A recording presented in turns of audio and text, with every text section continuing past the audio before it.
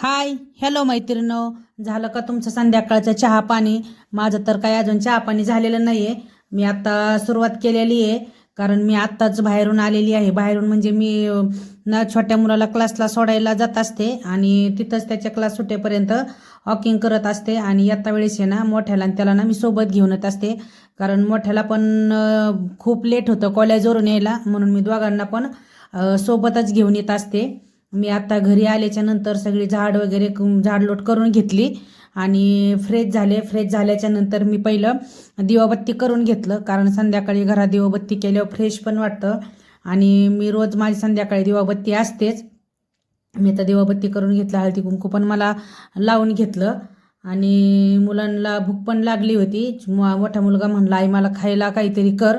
त्याला म्हटलं काय करू, पण नंतर तो म्हटला मला खायला काही नको करू, मला आज चहा बिस्किटच खायचं आहे, मला चहा ठेव. मग मी चहा ठेवायला घेतले. पहिला मी किचन थोडा पुसून घेतला.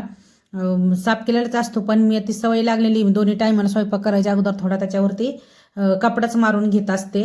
आणि आता मी पहिल्या अगोदर दूध तापून घेते, कारण पोरांना त्यावेळेस मी दूध घेऊन आलते. कारण दूध आता तापून ठेवलं ना संध्याकाळी झोपायच्या टायमापर्यंत दूध थंड होतं फ्रीजमध्ये ठेवायला, म्हणून मी पहिलं दूध तापायला ठेवलं. आणि म्हटलं आता भांड्याची जाळी खाली करून घेते. मग किचनवर काय होतं, पसारा होतो आणि भांडं लागलं ना सारखं सारखं जाळीत घ्यावं लागतं, म्हणून मी काय करत असते अगोदर संध्याकाळी पहिली जाळी खाली करते. आणि मग मी काय केलं, चहा ठेवला. चहा ठेवल्याच्या नंतर परत अर्धी राहिलेली जाळी खाली करून घेतली. मोठा आवाज देत होता, आई चहा झाला का झाला का म्हणून. त्याला म्हटलं हे बघा आत्ता लगेच ठेवते म्हटलं. मग मी पहिला चहा ठेवून घेतला. चहा उकळतोय तोपर्यंत मग मी ती राहिलेली जाळी पण खाली केली. आणि काय भाजी करू म्हणून मी मालकाला कॉल केला. ते म्हटले मला आज हिरवी मिरचीचा ठेसा आणि भाकरी खायची, चहा उकळतोय म्हणून. तोपर्यंत मग मी काय केलं, फ्रीजमधली मिरची काढून जरा वेळ पाण्यात टाकली, म्हणजे पटकन भाजती. आणि मग मला आणि दादाला चहा घेतला, मोठ्याला दिला आणि छोटा म्हणला आई मला चहा दूध दे म्हणून. मग मी त्याला चहा दूध प्यायला दिलं. आमचा चहा वगैरे झाला आणि आत्ता मी लागले होते भाकरी करायला, कारण भाकरी मला जास्त नव्हती करायची. आणि मोठा मुलगा मला काहीतरी म्हणून मधून मधून हसत होता, म्हणून मी त्याच्यासोबत बोलत होते. आणि मला फक्त आज एकच भाकरी टाकायची होती, कारण मला जास्त भूक बी नव्हती आणि मी संध्याकाळी जरा लाईटच जेवत असते. आम्हाला दोघांना होतं सकाळचं, मुलांना आणि मला. फक्त मालकाला ना मी त्यांच्यापुरती एक गरम गरम बाजरीची भाकरी टाकली, कारण त्यांच्या येण्याचा टाईम पण आला होता.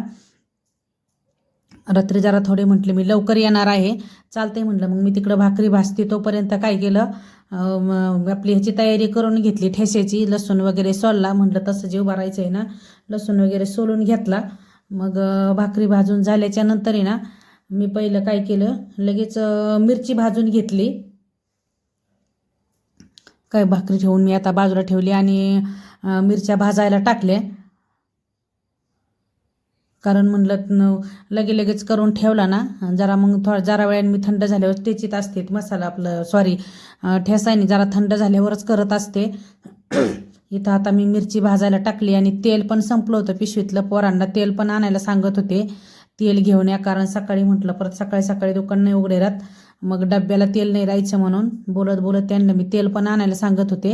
आणि छोटा होता माझ्यापाशी बसल्याला, तो पण म्हणत होता आई मी जाऊ का तेल आणायला. म्हटलं तो नको जाऊ, खूप वेळ झालाय, बरो जाईन.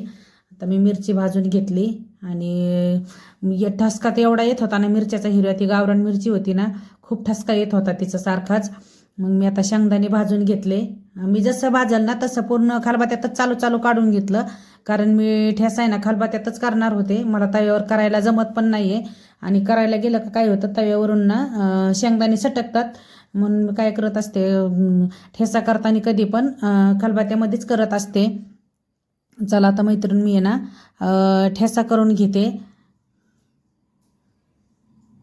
मी ठेसा आहे ना करताना खलबत्त्या ना वरती किचनवर ठेवून करत नाही, कारण आहे ना अचानक फुटाय बिटायची भीती वाटते किचन, त्यामुळे मी ठेसा करताना खालीच करत असते.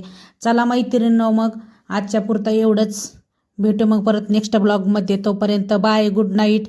आणि तर व्हिडिओला लाईक शेअर सबस्क्राईब करायला विसरू नका. चला मग भेटू परत नेक्स्ट ब्लॉगमध्ये, तोपर्यंत bye, good night, see you tomorrow.